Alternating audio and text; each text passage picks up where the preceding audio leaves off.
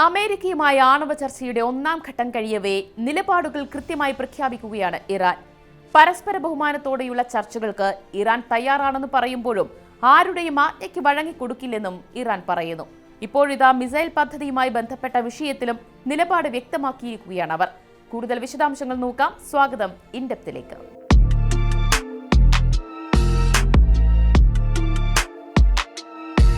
Missile പദ്ധതിയുമായി ബന്ധപ്പെട്ട് ഒരു ചർച്ചയ്ക്കും ഒരുക്കമല്ലെന്ന് പ്രഖ്യാപിച്ചിരിക്കുകയാണ് ഇറാൻ.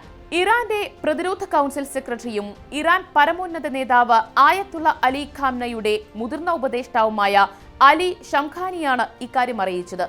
ഇറാന്റെ മിസൈൽ ശേഷിയിലേക്ക് ആരും കൈകടത്തേണ്ടതില്ലെന്ന് ഷംഖാനി മുന്നറിയിപ്പ് നൽകുന്നു. ആണവ പദ്ധതിയെ ചൊല്ലി യുഎസുമായി തുടരുന്ന സംഘർഷങ്ങൾക്കിടെ ഇറാന്റെ മിസൈൽ ശേഷിയിലടക്കം നിയന്ത്രണം കൊണ്ടുവരണമെന്ന ആവശ്യങ്ങൾ ഇസ്രായേൽ ഉയർത്തിയിരുന്നു.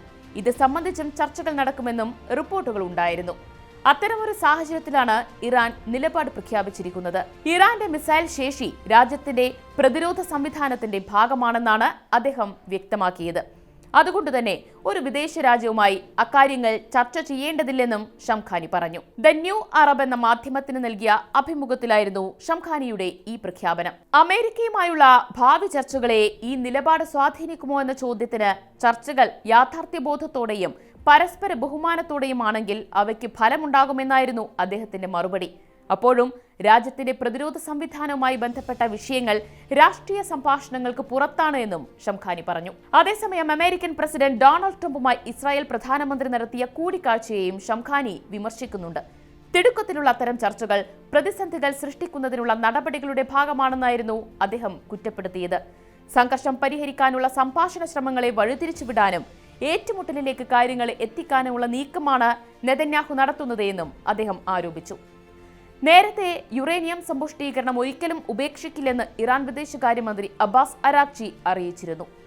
രാജ്യം യുറേനിയം സമ്പുഷ്ടീകരണം അവസാനിപ്പിക്കില്ല എന്നും അതിലൊരു വിട്ടുവീഴ്ചയ്ക്കും ഒരുക്കമല്ലെന്നായിരുന്നു അദ്ദേഹം വ്യക്തമാക്കിയത്. ഒപ്പം അമേരിക്ക പശ്ചിമേഷ്യയിൽ നടത്തിക്കൊണ്ടിരിക്കുന്ന സൈനിക വിന്യാസമോ യുദ്ധഭീഷണിയോ കൊണ്ട് തങ്ങളെ ഭയപ്പെടുത്താനാകില്ല എന്ന സൂചനയും അബ്ബാസ് അരാഗ്ചി നൽകിയിരുന്നു. ഇസ്ലാമിക വിപ്ലവത്തിന്റെ വാർഷിക ദിനത്തിൽ രാജ്യത്തെ അഭിസംബോധന ചെയ്ത ഇറാൻ പ്രസിഡന്റ് മസൂദ് പെസഷ്കിയാൻ തങ്ങളുടെ ആണവ പദ്ധതിയുമായി ബന്ധപ്പെട്ട് എന്ത് പരിശോധനകൾക്കും തയ്യാറാണെന്നും വ്യക്തമാക്കിയിരുന്നു. ആണവായുധങ്ങൾക്കായി ഇറാൻ ശ്രമിക്കുന്നില്ലെന്ന് തറപ്പിച്ചു പറഞ്ഞ അദ്ദേഹം മറ്റാരുടെയും അമിതമായ ആവശ്യങ്ങൾക്ക് വഴങ്ങിക്കൊടുക്കില്ലെന്നും അറിയിച്ചിരുന്നു. ചർച്ചകൾ ഒരു വശത്ത് നടക്കുന്നുണ്ടെങ്കിലും സൈനികവും സാമ്പത്തികവുമായ പല സമ്മർദ്ദതന്ത്രങ്ങളും ഇറാനുമേൽ അമേരിക്ക പ്രയോഗിക്കുന്നുണ്ട്. അതിന്റെ തെളിവാണ് വെള്ളിയാഴ്ചത്തെ ചർച്ചയ്ക്ക് ശേഷം അമേരിക്കൻ പ്രസിഡന്റ് ഡൊണാൾഡ് ട്രംപ് ഒപ്പിട്ട എക്സിക്യൂട്ടീവ് ഓർഡർ. അമേരിക്കയുടെ ഉപരോധങ്ങൾ മറികടന്ന് ഇറാനുമായി വ്യാപാര ബന്ധം പുലർത്തുന്ന രാജ്യങ്ങൾക്കുമേൽ തീരുവ ഏർപ്പെടുത്തുന്നതായിരുന്നു ആ ഓർഡർ. കൂടാതെ ഇറാന്റെ എണ്ണ കയറ്റുമതി തടയുക എന്ന ലക്ഷ്യത്തോടെ നിരവധി ഷിപ്പിംഗ് സ്ഥാപനങ്ങൾക്കും കപ്പലുകൾക്കുമെതിരെയും അമേരിക്ക പുതിയ ഉപരോധങ്ങൾ പ്രഖ്യാപിച്ചിട്ടുമുണ്ട്.